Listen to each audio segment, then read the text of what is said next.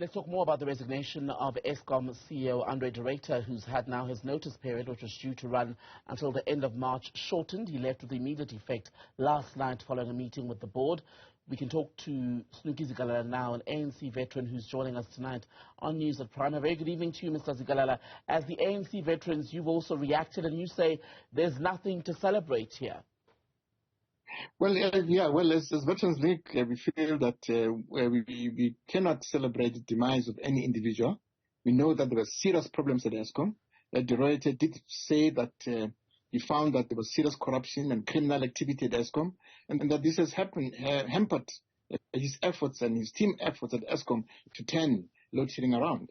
And so what we are saying is that as Veterans League is that the problems are deeper than what we think, because he found that he reported about the provision of fuel and contracting of coal, to the procurement of knee guards, to the hawks and the steps, and Eskom under his watch have further gone to court to retrieve ill-gotten gains from certain private companies. But we as veterans, we are saying that it should come out openly and name those individuals, whether it's a minister, whether it's a DG, who is involved in corruption at Eskom. We are fully behind our Secretary General's statement that he must name those individuals, because those individuals must be reported to the law enforcement agencies, and they must face the full might of the law. And so we are saying that we need to see stability, we need load shedding to end, and we need a new CEO will be able to drive Eskom and ensure that we end load shedding in the country. Interesting that you say you're fully behind the comments made by the Secretary General, because he's also already dismissed the claims made by André de Ruyter, basically describing them as baseless, whereas you're saying they may in fact need further investigation, further interrogation by police. Was Fikile Mbalula wrong to come out and say they're baseless without probing the substance thereof? Well, I think we believe that if there is an allegation that is meted by any individual, those allegations must be investigated. Those are serious allegations. And we know that we have very strong law enforcement agencies in the country. Let's give the space to them. Let André de Ruyter go to the Hawks, mention those individuals, let the Hawks investigate those individuals and let them be arrested. We can't just dismiss any claim without those claims being properly and thoroughly being investigated. We know that there are cartels. We know that there are groups of people in Mpumalanga who are involved in mass killings of individuals. These are allegations, but those allegations must be investigated, because we have to root out the issue of corruption at Eskom. We have to bring stability in that area. We have to make sure that credible and leaders who are skilled will be able to bring transformation at Eskom. And so we believe entirely in our law enforcement agencies that they will deal with those rogue elements who have infiltrated Eskom and made Eskom down to be on its knees. It's unacceptable. Some of the reaction to the allegations made by André de Ruyter in that TV interview are a reminder, are they not, of the crisis of confidence that the ANC and the ANC-led government are currently facing, because many people did not find it improbable or unlikely that a member of the ANC as high up as cabinet level would be involved in corruption or attempts to loot the state energy company. What we are saying as the Veterans League, if that individual, that's why we are demanding and we want de Ruyter to go to the law enforcement agencies, to go to PRESA, which is the Section 34 of the Prevention of and Combating of Corrupt Activities, and report into the Directorate of Priority Crimes and Investigation, Hawks, so that they can investigate that. There's no one in our countries above the law. If there is any minister, any DG, any individual at a higher level who's involved with corruption at Eskom, he or she must be investigated. Because we are a constitutional democracy in the country, and so that we are saying that no one is above the law. And so let's give the opportunity to law enforcement agency. We are demanding of de Ruyter to go to Hawks and give them those names, and must be held accountable for what he said. I hear you on that, Mr. Zikalala. I hear you on that. The point I'm making is that the problem that the ANC faces as a governing party now is that many members in the party, leaders, be it at national level, provincial, municipal level, have been accused of wrongdoing so often, some even found to have participated in state capture, that when a person such as André de Ruyter, right or wrong, levels an allegation of corruption, even without naming people, it's so easy to believe because the ANC does not have a clean track record, sadly. Well, it's not to say that the ANC does not have a clean record. Actually, our constitution states very clear of the ANC is that unless the individual has been criminally charged, if that individual has been criminally charged, is then that the individual can be immediately suspended from the ANC. Now, if our law enforcement agencies are weak, they are not charging these individuals who have been found wanting. There's very little that we can do. We can't live on rumors of saying that so and so is involved in criminal activities. We are saying we believe that over the last 3 years, Kronje has been there. Let the head of crime intelligence do their work. But those very law enforcement agencies we've read, as per the findings of the Zondo Commission, were broken down, destroyed, allegedly by ANC officials who did not want them getting to the bottom of the various corruption cases. We know that when we said we have 10 years of mismanagement of state resources, now we are saying we want to rebuild, unite and rebuild all our ANC structures, all government structures, so that individual people that are put in senior positions are people who are fit for purpose, are people who are skilled, are people who will be able to deliver on our set goals and objectives. That is why it's important to rebuild all the structures that have been destroyed by individuals who did not want to be held accountable by state organs. And so it's important that if there is a case against any individual, that case must be reported to the crime intelligence, to the police, to the Hawks, and that individual must be investigated. If that individual is being criminally charged by the law enforcement agencies, that individual will be forced to step down immediately. So, Fikile Mbalula also today took a swipe at André de Ruyter's performance as Eskom CEO, basically saying that he'd failed to meet his contractual obligations as per the ongoing power crisis that's indeed worsened during his time as CEO.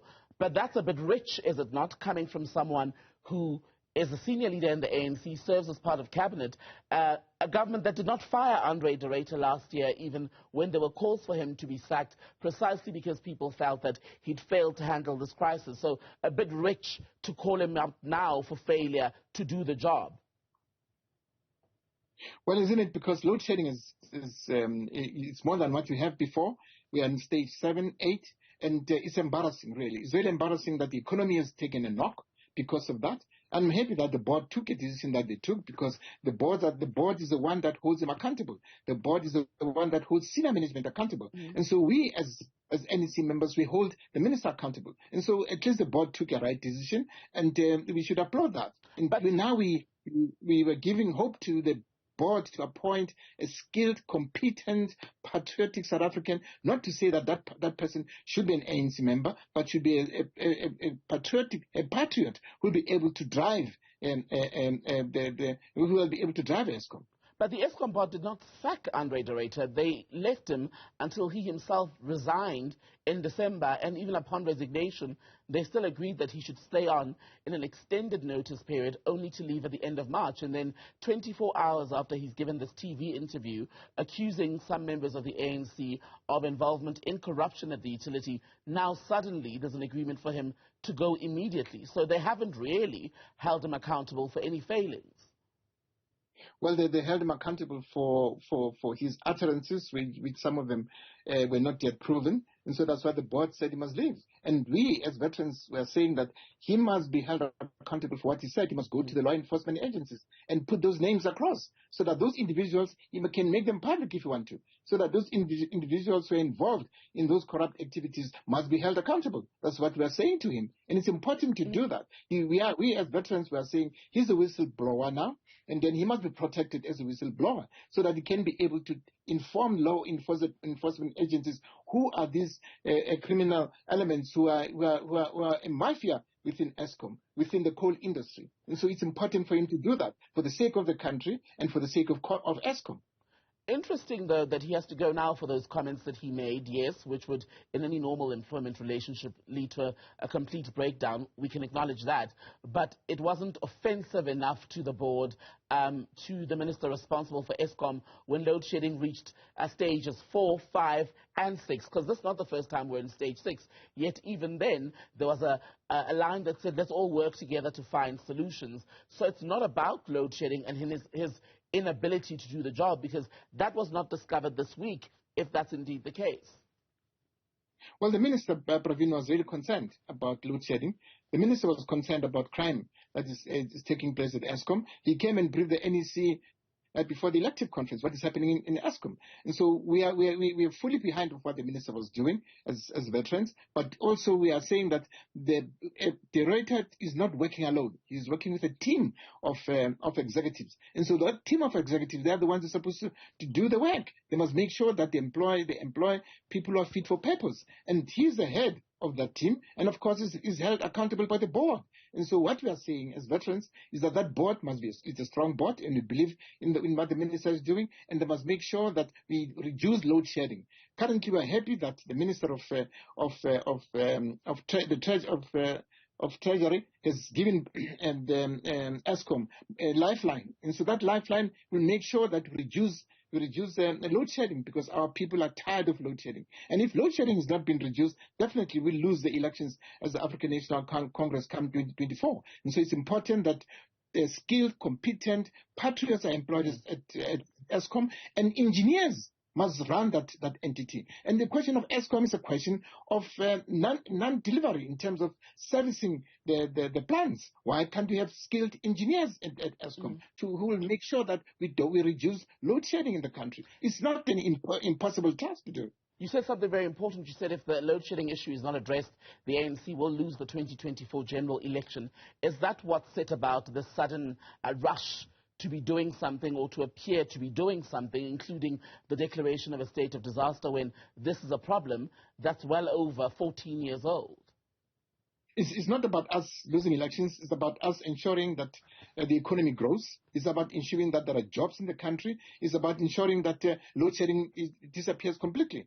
It's not only about winning elections, it's about making sure that we deliver on what we said in our national development policy, that will deliver on the set objectives. And so if we don't deliver, if we don't make sure that we fix Eskom, and we believe as veterans that Eskom can be fixed, and it should be fixed now, not tomorrow. That's what we believe in. So what happens, what would the implications, you think, be? How damaging would it be for the ANC as an organization, even if it is just individuals who are found to have indeed been involved in corruption and political interference, as André de Ruyter is alleging, if an investigation, a proper investigation, does follow?